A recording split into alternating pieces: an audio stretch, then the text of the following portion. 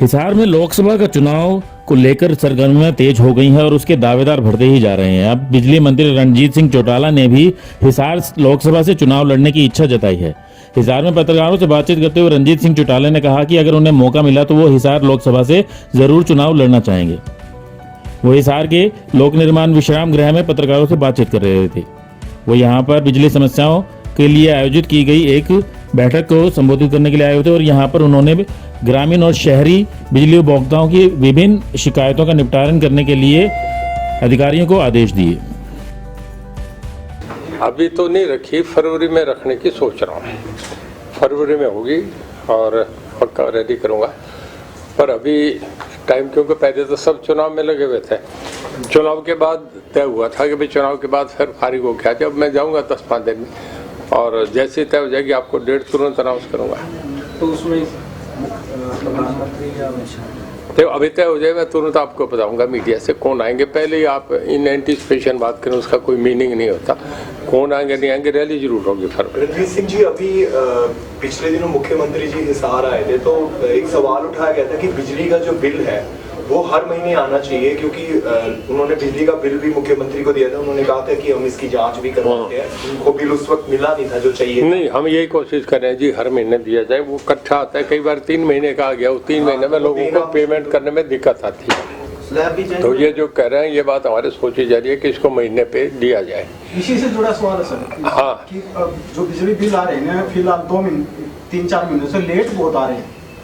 Late बहुत आ रहे हैं। लेट जैसे ऐसे आ रहे हैं कि जैसे एक बार तो 60 दिन का, फिर अगली बार हो सकता है 60 दिन का आ जाए, फिर कई बार 65 दिन का आ गया, फिर 40 दिन का, ऐसे आ मतलब यूं नहीं कि फिक्स 2 महीने में ही आ। चलो, मैं अगर आपने ऐसा बताया मैं चेक करता हूँ जी, पर इससे एक इसकी यूनिफॉर्मिटी रखेंगे कि ये नहीं कि कभी 40 का आ जाए, 60 का आ जाए। इससे हमारी कोशिश रहेगी कि महीने महीने चलाने का करें। तो ये कब तक होने की उम्मीद की जा सकती है? हमारे यहाँ तुरंत फैसला करते हैं, लेट लूट नहीं करता। मैंने जैसे देख लिया तुरंत करूँगा। जिसे अभी जैसे चंडीगढ़ का मैं इसे कर रहा हूँ।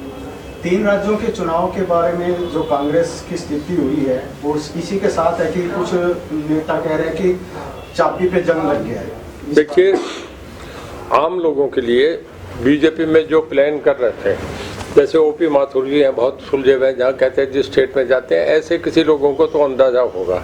बाकी ये मीडिया के लिए और आप लोगों के चैनल भी, मैं समझता हूँ कि सब आप भी अगले दिन देख रहे होंगे कि क्या हो रहा है। वो चैनल भी फिर सब अनएक्सपेक्टेड रिजल्ट आए हैं। मतलब मोदी साहब का जो उनका करंट था उसका अंदाज़ा नहीं था। जैसे एक बार जेपी मूवमेंट हुआ था, ऐसा हुआ है कि एकदम सारा मध्य प्रदेश, छत्तीसगढ़, ये तो ज़बरदस्त वन साइडेड मैंडेट भी आए थे। और लोगों ने नहीं, देखिए, केवल मैं सच्ची बात कहूँगा, केवल मोदी साहब के नाम पे ही मैंडेट मिला है। उन्हीं का ही वोट है, एक ही आदमी का शेयर है। शिवराज सिंह जी का मैं ज़रूर कह सकता हूँ कि उन्होंने लंबे समय तक 20 साल तक मध्य प्रदेश में रूल करें। उनकी जो लाडली योजना थी उनका जरूर लाभ मिला होगा, ये भी ठीक है। हाँ, नीचे स्टेट का भी अपना काम करने के तरीका का भी फायदा होता है, पर मेन जो उसमें रहा है वो केवल मोदी साहब का रहा है। लोगों ने स्टेबिलिटी के लिए वोट दिए, लोगों ने एक स्थिर सरकार के वोट दिए हैं कि बढ़िया सरकार चले। गठबंधन की सरकार जब बनती है ना जी, तो उससे ये होता है, चाहे वो प्रदेश में बने चाहे देश में बने, उससे प्रदेश और देश पीछे जाते हैं। अगर सेंट्रल गवर्नमेंट में गठबंधन की सरकार आ जाए तो उसका मतलब ये है कि 10 साल पीछे चला गया। जो एक आदमी पे, सिंगल आदमी पे लीडरशिप का फैसला लेने का होता है, और उस बाद दूसरे पे नहीं रहता।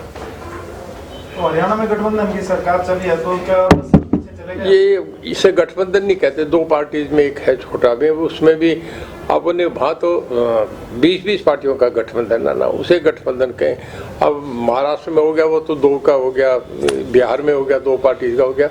ये नहीं, जो गठबंधन तो होता है अलायंस, जैसे इंडिया बना है, या जैसे पहले पुराने ज़माने में एनडीए था, बहुत पार्टीज होती थी। रामविलास शर्मा पासवान भी थे उसमें, नीतीश कुमार भी थे उसमें, आपका डीएमके भी थी, और इसमें अकाली दल भी था। वो 10 पार्टियों का स्टेट वाइज सब लोग कोलिशन होती थी। तो इसका हरियाणा की राजनीति में आपको लगता है कि असर आने वाले दिनों में देखने को मिलेगा? क्योंकि कर्नाटक चुनाव के बाद से कांग्रेस की बात होने लग गई थी। प्रदेशों में जिस तरह से बीजेपी आई है, तो देखिए, चुनाव साइमल्टेनियसली हो जाए चाहे अलग अलग हों, मेरा ये मानना है कि सरकार बीजेपी की निश्चित आ रही है। मैं आज से 15 दिन पहले नहीं मानता था, फाइट मानते थे। कांग्रेस का भी कह रहे हैं कि बहुत हवा आ रही है। ये इस तरीके की बातें थी कि पार्लियामेंट के रिजल्ट तो हो सकते हैं पर असेंबली में फाइट आएंगी, और हम भी समझते थे कि फाइट करके, पर अब ये क्लियर है, कांग्रेस के लोग भी मानते हैं कि दोबारा बीजेपी आएगी। हरियाणा में तीसरी बार बीजेपी आएगी। और हमारा मामला देखिए, ऊपर तो हाईकमांड जो जिनके रिजल्ट होंगे उनकी भी लीडरशिप का डिसाइड नहीं है, वो तो वही करेंगे। एक सर्टन प्रोसीजर होता है, उससे जाना पड़ता है। मुझे लगता है तीसरी बार भी मनोहर लाल जी फिर मुख्यमंत्री बनेंगे। ब्यूरो रिपोर्ट, नई ताज़ा न्यूज, हिसार। लेटेस्ट वीडियोस के लिए सब्सक्राइब करें हमारा चैनल नई ताज़ा न्यूज और दबाएं बेल आइकॉन ताकि आप मिस न करें कोई भी अपडेट।